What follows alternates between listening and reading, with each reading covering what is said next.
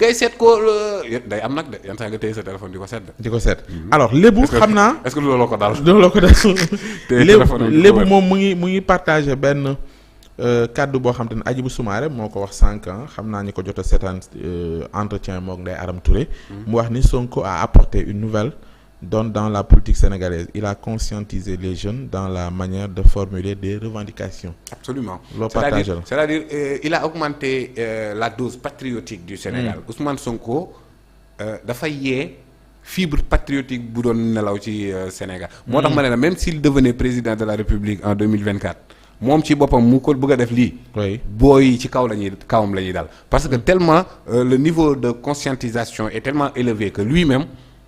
mënatul berne ñi mu conscientiser waxatuma la keneen nag. d'accord donc effectivement il a participé activement. ba pare nag dafa am li gën a am solo. mooy ay sénégalais yoo xamante ne surtout les jeunes. qui ne se sont jamais intéressés à la politique. ñoo xamante ne Ousmane Sonko moom moo tax ñuy suivre sax actualité. d'accord Seydina Camara nee na même bu fekkee ma ngi ca prison ndax mën naa bokk ci élection yi. oui bien sûr. nekk ci prison empêché wul bokk xam nga lan mooy empêché bokk. un jugement définitif boo xamante ne da lay dindi ci liste électorale. bul fàtte Khalifa Sall. bi ñu koy fal député. prison la ko fekk. oui. te sànq yaa ngi koy wax. alors Pape Landing Badji. moom dafa ne est-ce que lii di contumace dafa mus a nekk ci code électoral wala boog dañ ko cee yokku. ci bi ñuy intégré Khalifa wala Karim. c'est très important. ñu bëri dañoo foog ne L29 boobu noonu. moment boobu lañ ko modifié déedéet. L29 boobu noonu. ne peut pas être inscrit sur les listes électorales celui qui est en état de contumace. loolu mu nga fa depuis le code consensuel 1992. du lu bees de L29. waay L30 L28 yooyu yëpp beesuñu. xam nga lan moo bees. bu xañ Khalifa ak Karim L57. moom moo dugg 2018. waaye donc kon L29 bi ñu yor parce que dama gis ñu bëri ñuy wax loolu. ñu ne waa ji dañ koo bëgg a écarter parce que dugal nañ ci article bi loolu article bi tey luñ ko ci léegi de loolu lu yàgg la ci. yàgg na mais seulement le gars n'est pas un contumax.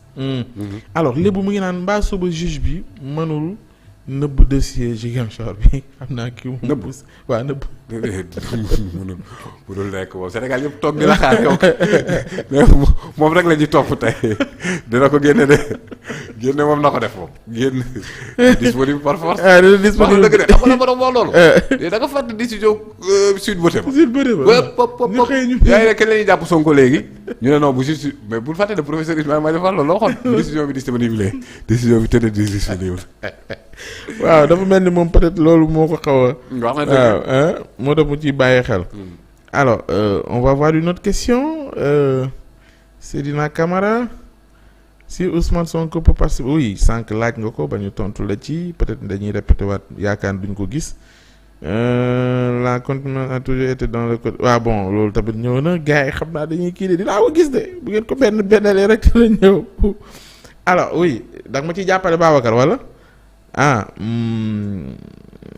Bon Malick Niang Sonko va gagner l'élection en prison loolu moom gis-gisam la nañ xaar ba xam électeurs yi ñoom lan la ñu wax fii ak 2000 ni ñu ko waxee février 2024 soreetul c'est dans quelques mois. Est-ce que la Cour va se prononcer sur le fond ou la forme ou bien les deux foofu giro mooy laajte loolu. non parce que xam naa sànq damaa wax ne. oui différence entre référé bi. ak bii nii. parce que bu semaine passée bi. Cour suprême benn juge moo taxawoon. bii ñetti juge ñooy ñëw. référé considération de forme la. oui mais bii considération de fond la mais. dugguñ ci fait c'est une juridiction de droit. dugguñ ci fait. dugguñ ci fait yi quoi les faits. oui duñ ci dugg parce que juridiction de fait moom mooy tribunal d'instance de grande instance ba cour d'appel. juridiction de fait la. bii nag dañuy juger le jugement pour ainsi dire. donc le jugement qui a été. voilà rendu par le tribunal juge d'instance Sabari, oui. donc loolu la ñuy juger est-ce que c'est conforme au droit. ok loolu jarul loolu leer na alors Mahmoud Gueye dafay citer Mati Trois Pommes suñu sœur depuis bitim réew ñu ngi koy nuyu di ko ziar au passage moom ci suñu kii la bokk mu ne daf ko dégg muy wax ni l'administration judiciaire peut prendre la décision de dire à la DGE de ne pas fournir de liste à Ousmane Sonko même si le pourvoi n'est pas suspensif. Je l'ai dit loolu laa wax léegi nii. xaaral comment il s'appelle nañ ko lire la décision. oui mooy bi nga wax. nañ ko lire en tout état de cause. compte tenu du délai en vigueur au niveau de certaines juridictions. Les décisions de justice retenues.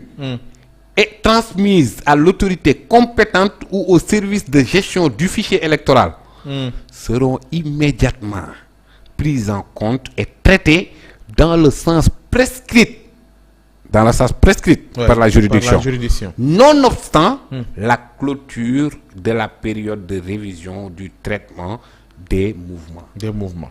Mouvement yi mooy ku ñuy dugal ak ku ñuy génn loolu xam leer na wala leerul. waaw bu ñu la kii kon donc des administration de la justice. dans le sens prescrit. mooy Ousmane Sonko na dugg te lu sens boobu la. waay waa léegi kay. kon leer na alors Ousmane Diop sama turandoo mu ngi waxaat mu ne recours bi nga xam ne waa PASTEF yóbboon nañ ko. ca CEDEAO. ndax na am incident impact. non je ne le pense pas ci déroulé bi. non je ne le pense pas. Déjà recours boobu ça n'a aucun impact avec la candidature. loolu tamit nañ ko xam. non. C'est-à-dire recours bi c'était pour la contre la dissolution. N'est-ce pas boobu la waaw dissolution Pastef moom yoonu candidature newu ca. non mën nañ dissoudre parti yëpp. mais Ousmane Sonko peut se présenter ci beneen parti. beneen récépissé. ay bi muy dem. waxuñ ko ne dañ la dissoudre de. dañ ne ko waa ji dañ ko retirer. mais la preuve Guy Marius Sagna son parti est dissous. d'accord te jël na fiche. 3 minutes moo ma dese Pape Landing Badji ñeen je veux dire Gilbert Sène nee na pourquoi Sonko fait-il peur est-ce que ce n'est pas une erreur de négliger les autres candidats. Bon Sonko fait peur parce que Sonko prône une rupture avec ce système-là.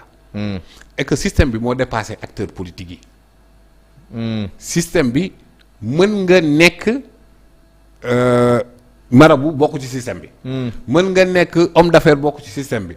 mën nga nekk étudiant bokk ci système bi. mën nga sax bokk Pastef bokk ci système bi. ba dégg nga wax ji. waaw mën nga bokk Pastef nekk nitu système bi. donc effectivement c'est loolu moom moo tax Ousmane Sonko fait peur. et puis dafa ci campagne am bi législative.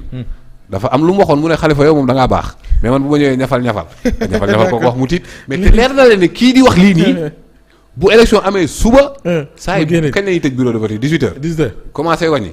19h mu jeex. léegi bu dee 19h mu jeex Adja nee na su fekkee ni 19h jeex na Ousmane Sonko ñu ne moom moo gagné élection yi te fekk mu ngi ko fekk prison.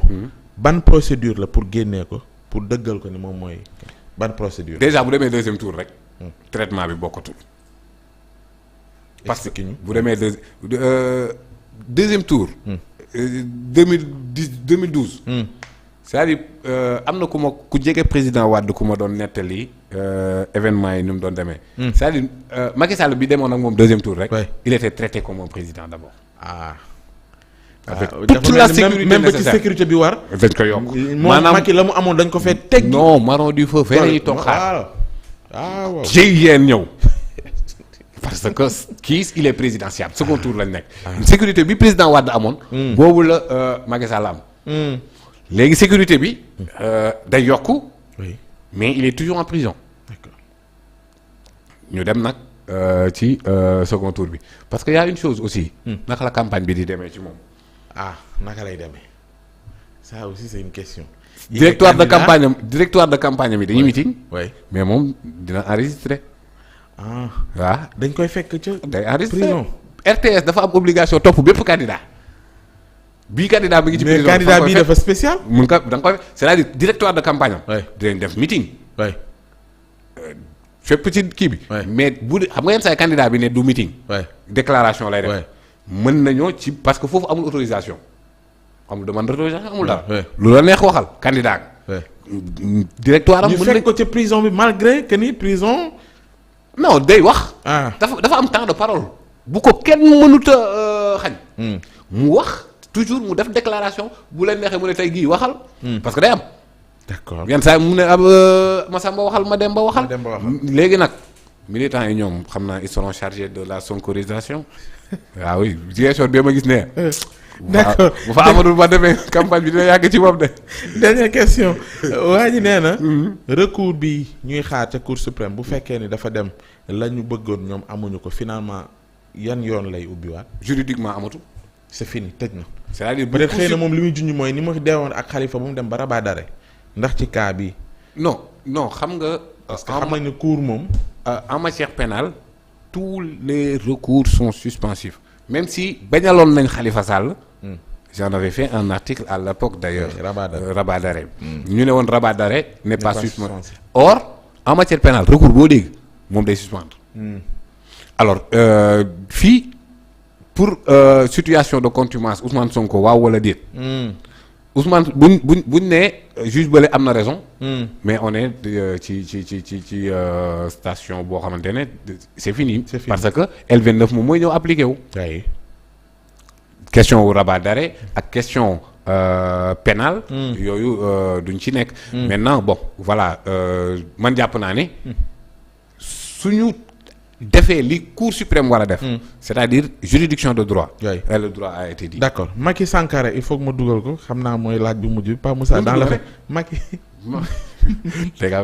Macky Sankaré dugal man seen kii laay lire xaw ma ba xam réellement noonu lañ tudd ou pas mais ce qui est clair mooy ni je vois Macky Sankaré qui dit Pa Moussa dans l'affaire Mame Mbaye Niang code électoral parle de plus de 6 mois mais tout le monde parle de 6 mois mu ne des éclairages s'il vous plaît. non waxul plus de 6 mois de.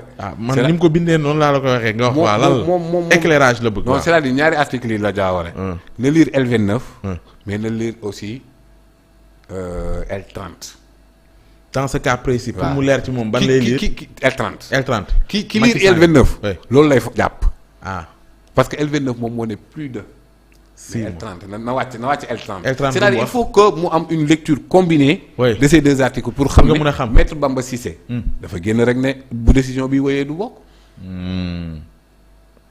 maître Abdinaar Ndiaye. il a fait une déclaration comme ça. ne bu wéyee du bokk. bu wéyee du bokk. d'accord waaw nga foog ne ñooñu dañ doon làmbaat. xam nañ li ñu wax de maanaam. d'accord làmbaatu wuñ de xam nañ Ousmane Sonko. bi muy wax nee na boobu dafa nekk ci loxoy yoon. bii nag moo gën a yombati. parce que il suffit ma ne leen maa ngi nii rek.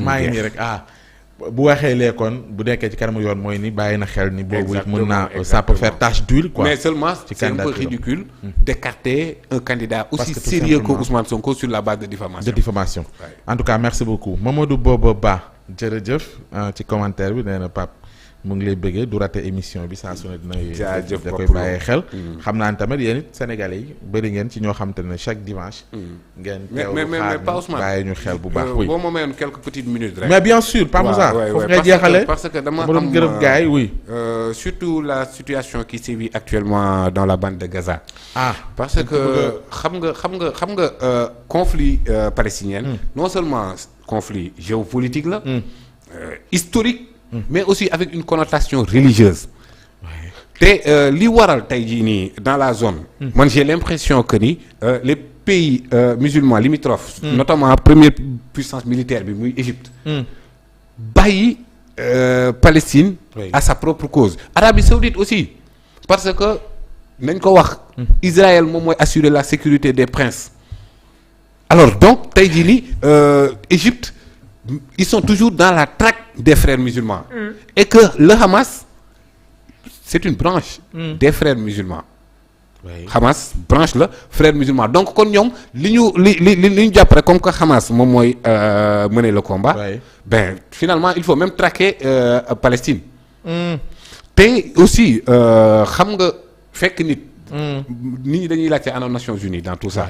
ma ne mais bu leen fàtte ni Israël moom kese. moom mooy état boo xamante ne résolution Nations Unies moo ko créé résolution Nations Unies moom moo créé Israël fekk ay nit ci seen dëkk occupé seen terre et que tu as vu le responsable là qu'est-ce qu'il dit que ni ils seront sans eau sans électricité mais sans alimentation loolu naka la ko nit mën a wax toute la communauté internationale non kenn waxul les États-Unis ñan ñooy fournir armes justement gis nga ko aussi waa tout le monde muy ñëpp nag le message est clair hein OCI qu'est-ce qu'il est devenu cette association là qu'est-ce que OCI est devenu Ligue arabe qu'est-ce qu'ils sont devenus alors donc léegi nii ngay fekk ay xale yu ndaw di leen bombarder au vu et au su de tout le monde boo waxee ñu naan la antisémitisme alors que les man dama jàpp ne Israël c'est un état terroriste. li muy def nii c'est du terrorisme. communauté internationale bi yëpp seetaan ko ci nag. alors état bu mu waroon mën a doon surtout Sénégal nga xam ne dafa mës a impliqué wu dans la cause palestinienne. dafa war a oo ambassade israélienne. parce que taxaw naan ñii duñu lekk duñu naan duñu am courant. te di menacer que ni dañuy couper internet c'est-à-dire couper Palestine avec le reste du monde. mais attends lii moom moo waraloon quand Anwar al-Sadat dem signer les accords de Camp David ñëw ñu rey ko. parce que nekkatul conflit nii comme ça mais c'est de l'inimitié carrément. pour nga mën koo xam jéemal waxtaan ak kan moo dund màgg yaru ci conflit bii nii. alors et boo waxee juif dara ñu ne la tu es antisémite. te boo ñëwee chaque jour ñu ngi jël les musulmans di leen traiter de terroristes de salafistes. foog ne loolu noonu ñuy def ci connotation ay xaste la. alors donc il faut que communauté internationale ñu bàyyi ci xel Sénégal wax bon ñun nag moom wax dëgg yàlla jàpp naa ne xëy na sax dañoo am lu ñu doy. am na lu ñu doy. waaye baaxoon nañu yuuxoo ko noonu nag ñëpp dégg ko. dañ koy yàgg a def mais bon en tout cas merci beaucoup comme que dañu am loo xamante ne nii foog ñu jóg ci. waay te démocratie. état de droit. am na solo boo xamante ne yenn saay di nga bëgg mbir.